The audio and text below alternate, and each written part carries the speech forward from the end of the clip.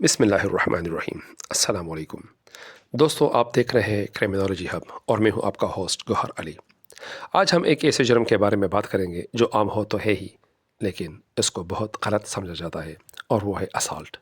اکثر لوگ سمجھتے ہیں کہ اسالٹ صرف فزیکل فائٹ اور مار پیٹ ہے، لیکن کرائمنالوجی اور قانون کے مطابق یہ بہت وسیع ہے۔ ایک دھمکی، ایک اٹھا ہوا ہاتھ یا صرف غصے کا اظہار بھی اسالٹ کہلاتا ہے۔ آج کے لیکچر میں ہم اسالٹ کی ڈیفینیشن، لیگل اسپیکٹس، ٹائپس اور تھیوریز ڈسکس کریں گے، جو یہ بتانے کی کوشش کرتی ہے کہ یہ جرم کیوں ہوتا ہے۔ اسالٹ ان جرائم میں سے ہیں جو کہ کرائمنالوجی میں بہت ہی زیادہ اسٹڈی کیا جاتا ہے۔ یہ ایک ایسا جرم ہے جس میں کسی دوسرے انسان کو نقصان پہنچانے کی کوشش یا دھمکی شامل ہوتی ہے۔ ضروری نہیں کہ اسالٹ میں ہمیشہ فزیکل کانٹیکٹ ہو، کبھی کبھی صرف دھمکی دینا بھی اسالٹ کہلاتا ہے۔ اگر ہم اس کی لیگل پرسپیکٹو کی بات کریں تو قانون کے مطابق اسالٹ ایک ایسی کوشش یا عمل ہے جو دوسرے انسان میں نقصان یا چوٹ پہنچانے کا ڈر پیدا کرے۔ اکثر لوگ اسالٹ اور بیٹری کو ایک سمجھتے ہیں، لیکن دراصل دونوں میں فرق ہے، دونوں الگ چیزیں ہیں۔ اسالٹ میں کوشش یا دھمکی ہوتی ہے، جبکہ بیٹری میں اصل میں مارنا یا نقصان پہنچانا شامل ہوتا ہے۔ اسالٹ کی مختلف قسمیں ہیں، لیکن یہاں ہم اس کی 4 اہم اقسام کے بارے میں بات کریں گے۔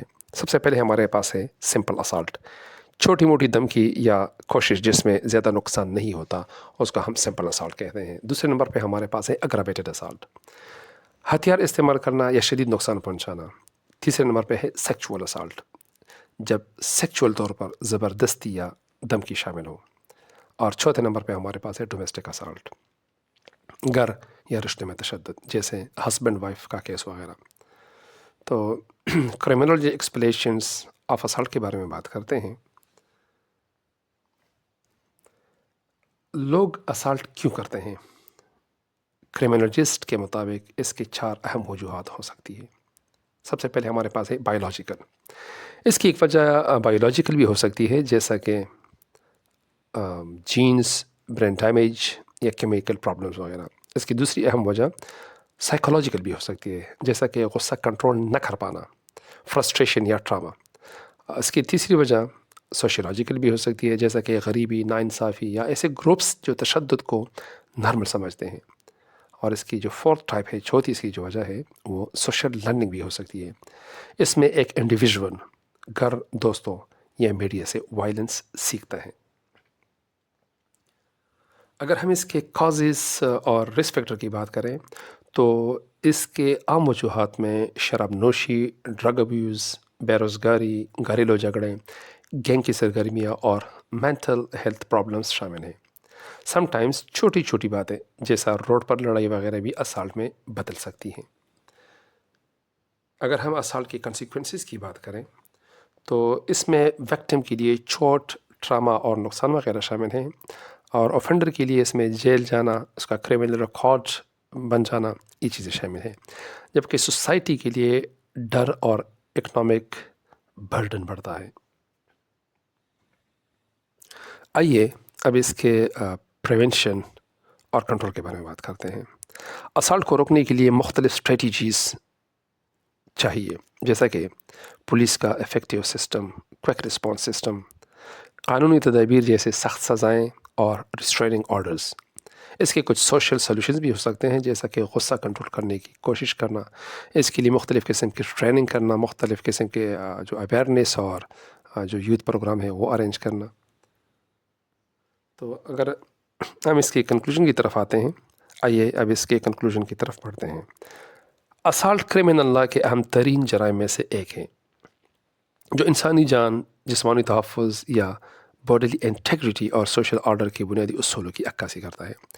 یہ جرم ہمیں یہ یاد دلاتا ہے کہ قانون صرف جسمانی نقصان یعنی فزیکل ہارم سے تحفظ فراہم نہیں کرتا، بلکہ اس فیئر یا تھریٹ سے بھی بچاتا ہے جو کسی شخص کو ذہنی یا نفسیاتی طور پر متاثر کر سکتی ہے۔